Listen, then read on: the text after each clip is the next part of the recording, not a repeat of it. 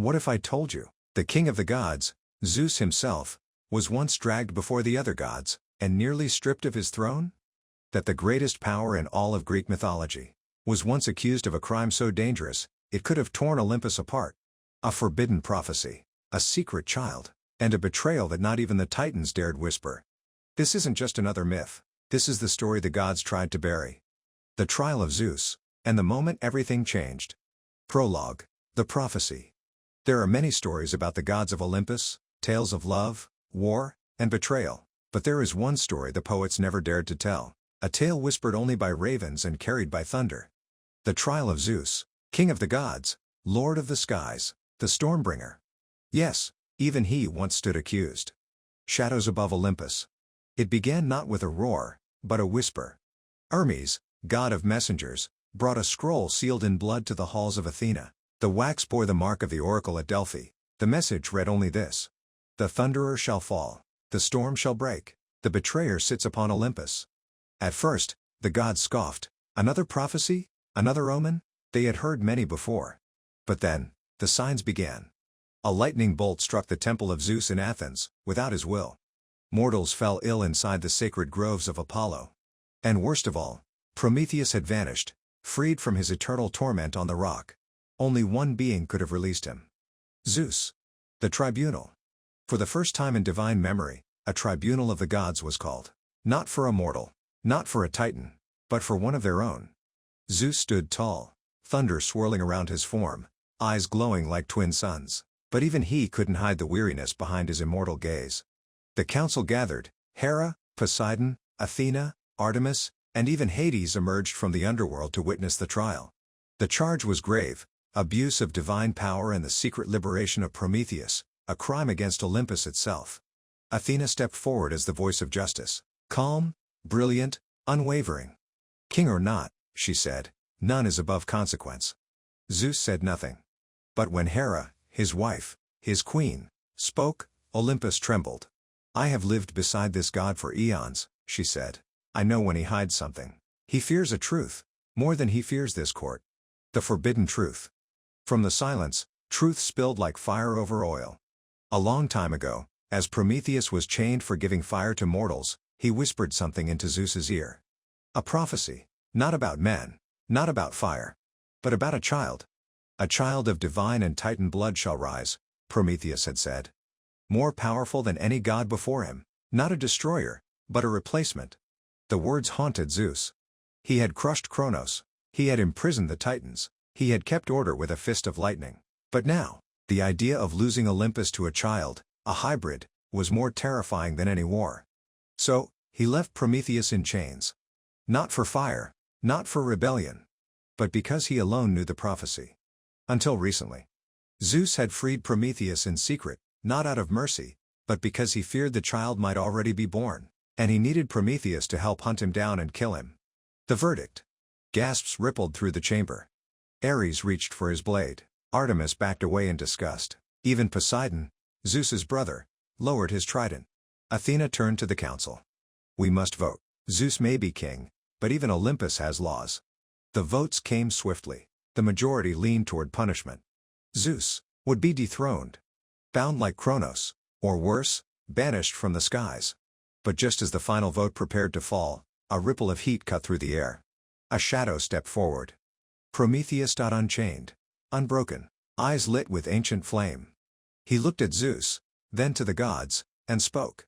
Let him rule, not because he is just, not because he is noble, but because he is the only one strong enough to face what is coming.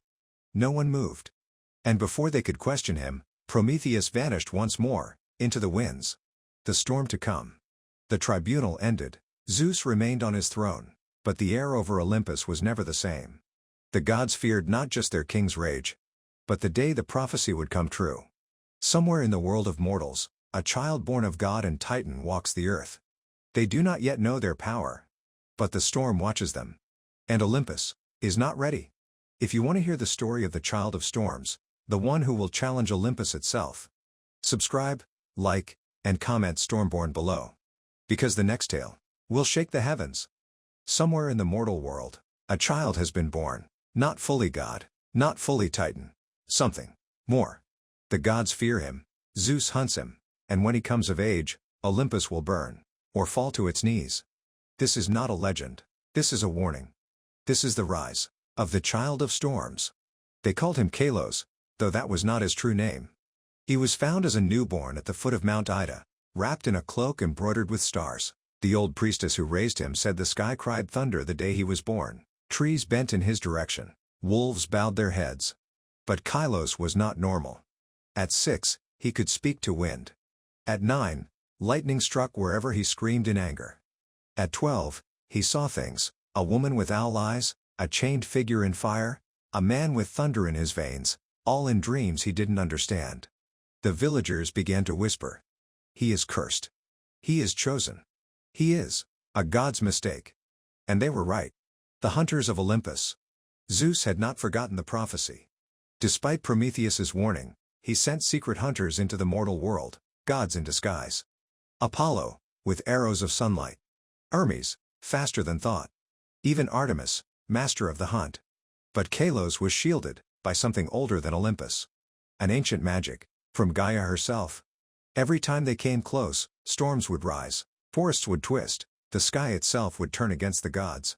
Then, one night, Kalos dreamed of a man wrapped in chains, whispering, "You are not meant to hide, child of storms. You are meant to break the sky." When he awoke, lightning danced in his hands. The Scroll of Origins. At 13, Kalos found an ancient scroll buried beneath an old temple. It bore the symbol of the Titan Prometheus, and the story of his birth. Born of divine wrath and Titan fire. The son of the sky's king, and a daughter of rebellion. A storm bound in flesh, a Godkiller wrapped in mortal form. His mother? A forgotten Titaness named Elthera, imprisoned in Tartarus for refusing Zeus. His father? Zeus himself. Kalos dropped the scroll. The sky wept with thunder. The reckoning. The next day, the skies broke open. Zeus descended in full glory, cloaked in storm, surrounded by gods. He said only one thing. "Come with me, or die where you stand." But Kalos did not kneel. He raised his hand to the sky, and the clouds obeyed. Lightning met lightning. Sky warred against itself. Villages shattered, oceans screamed, the earth shook. Kalos was no longer a boy. He had awakened. The new prophecy. As the battle tore the skies open, Prometheus appeared once more, rising from flame and ash. He placed a hand on Kalos' shoulder and whispered, "You are not here to destroy Olympus. You are here to rebuild it." And at that moment, every god heard a voice. Not from Olympus. Not from Earth. From beyond. The fates had spoken a new prophecy. When storm and fire join as one, a new age shall begin. Not ruled by gods, but by justice. Zeus fell silent. He did not strike. He did not rage. He feared. What comes next?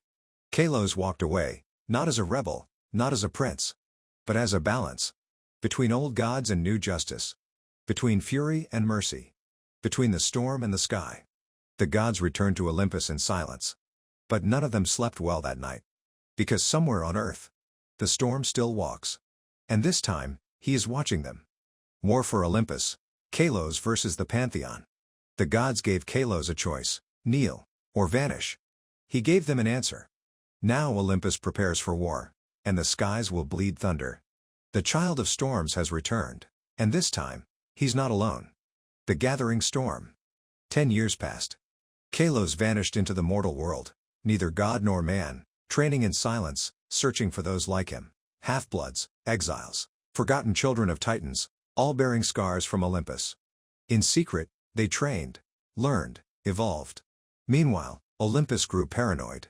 Zeus built new weapons. He granted power to mortals. He forced Hades to raise a ghost army. The gods no longer ruled from love or fear, but from desperation. Then, one morning, the skies darkened, not with storm, but with silence. A single message appeared carved into the gates of Olympus. We are the forgotten. We are the storm. The invasion begins. The skies opened. Thunder did not strike. It bowed. Kalos returned, leading the Tempest-born, a legion of demigods and ancient spirits. Each wielded a fragment of primordial force. They did not attack mortals. They did not conquer. They walked straight into the lower gates of Olympus and called the gods out. Apollo struck first, riding the chariot of the sun, he launched fire from the heavens. Kalos caught the flame mid-air, and shattered it. The war had begun. The fall of the pillars. One by one, the old pillars of Olympus were tested. Ares, god of war, clashed with a tempest-born warrior who turned fear into a weapon. Hera, queen of the gods, unleashed illusions that bent time, but was trapped in her own memories. Even Poseidon rose from the seas to drown Kalos. But the child of storms parted the ocean with a whisper. The gods realized too late. They were no longer fighting a boy. They were fighting an idea, the future itself. The throne room. Only one remained. Zeus, king of the gods, stood alone in the throne room of Olympus. His thunderbolt burned hotter than the sun. Kalos walked through the broken halls, calm, composed, changed. Zeus, you think yourself a god? Kalos, no, I think myself, free. The battle shook the stars, lightning cracked the moon, mountains shattered. But in the end, Kalos stood over the broken throne, breathing heavy, his hand glowing with both lightning and fire. He could kill Zeus. He could take the throne. But instead, he spoke. Let Olympus fall. Let a better world rise from its ruins. And he walked away. A new dawn. The gods faded into memory. The heavens grew quiet. Mortals felt the storm's ease. The sea calmed. The air became lighter. From the ashes of Olympus, a new age began, where power came not from blood, but from balance. And somewhere, far away, Kalos stood at the edge of the world, watching the stars shift. Waiting. Because something older than the gods was waking. And the storm was not over yet. The primordials awaken, Kalos versus chaos itself. Before the gods, before the titans, there was only chaos. And chaos is waking. Kalos has defeated Olympus, but he has torn open a sky meant to stay closed. Now, the child born of storms, must face the first being to ever exist. And this time, the thunder may not be enough. The ripping sky.